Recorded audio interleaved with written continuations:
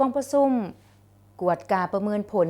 หน่วยผักหากฐานคณะสาวหนุ่มประชาชนปฏิวัติลาวแขวงจับปะซักเป็นหน่วยผักปลอดไซเข้มแข็งนักแน่นประจำปี2025ในตอนบ่ายวันที่24ธันวาคม2025ที่ห้องประชุม104ห้องว่าการแขวงจับปะซักได้มีกองประชุมประเมินผลกวดกาหน่วยผักปลอดไซเข้มแข็งนักแน่นประจำปี2025โดยการเป็นประธานของสหายคำแดงดีวีไซห้องเลขาหน่วยผักหากฐานห้องเลขาคณะสาวหนุ่มประชาชนปฏิวัติลาวแขวงเขาหัวมีสหายเพชรดาวันมณีวงศ์หัวหน้าแขนงผักคณะจะต่างแขวงมีคณะกรรมการกวดกาประเมินผลหน่วยผักปลอดไซเข้มแข็งนักแน่นขันแขวงมีคณะหน่วยผักหากฐานต่างหน้าองค์การจัดตั้งมหาชนและสมาชิกผักภายในหน่วยผักหากฐานคณะสาวหนุ่มประชาชนปฏิวัติลาวแขวงเขาห่วมอย่างผอมเพียงในกองประชุมสหายนางอ่อยใจไซมนตรีห้องเลขาคณะสาวหนุ่มประชาชนปฏิวัติลาวแขวงได้ผ่านบริงานการกะเกียมกวดกาประเมินผลหน่วยผักปลอดไซเข้มแข็งนักแน่นขันแขวงประจำปี2025ของหน่วยผักหากฐานคณะสาวหนุ่มประชาชนปฏิวัติลาวแขวง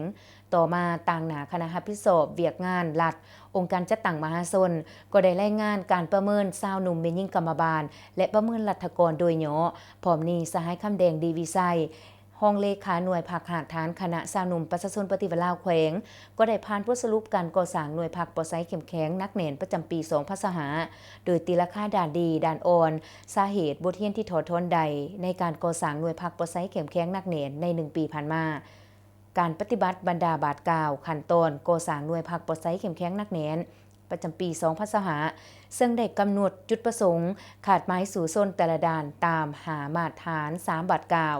หน่วยผักหากฐานคณะสาวหนุ่มประชาชนปฏิวัติลาวเป็นหน่วยผักหากฐานที่ขึ้นกับองค์คณะผักแขวงมีพละบทบาทในการศึกษาอบรมการเมืองแนวคิดให้แก่พนักงานราชการสมาชิกสาวหนุ่มเยาวชนตลอดระยะ1ปีผ่านมา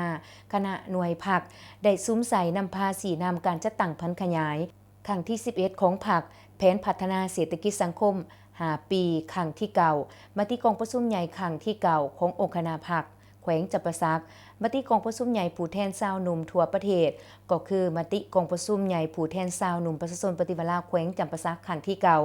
ติดพันกับการสร้างขบวนการต่างๆเพื่อต้อนรับและเฉลิมฉลองวันสำคัญต่างๆของพรรคของศาสตร์อย่างเป็นขบวนโฟดเฟิร์นปัจจุบันมีสมาชิกพรรคทั้งหมด25สหายยิ่งเก่าสหายแน่นั้นสมาชิกพรรคสำรอง4สหายยิ่ง2สหายพร้อมนี้ยังได้ผ่านทิศทางแผนการก่อสร้างหน่วยพรรคปลอดไซเข้มแข็งนักแน่นประจำปี2025ของหน่วยพรรคหากฐานคณะสาวหนุ่มประชาชนปฏิวัติลาวตื่มอีก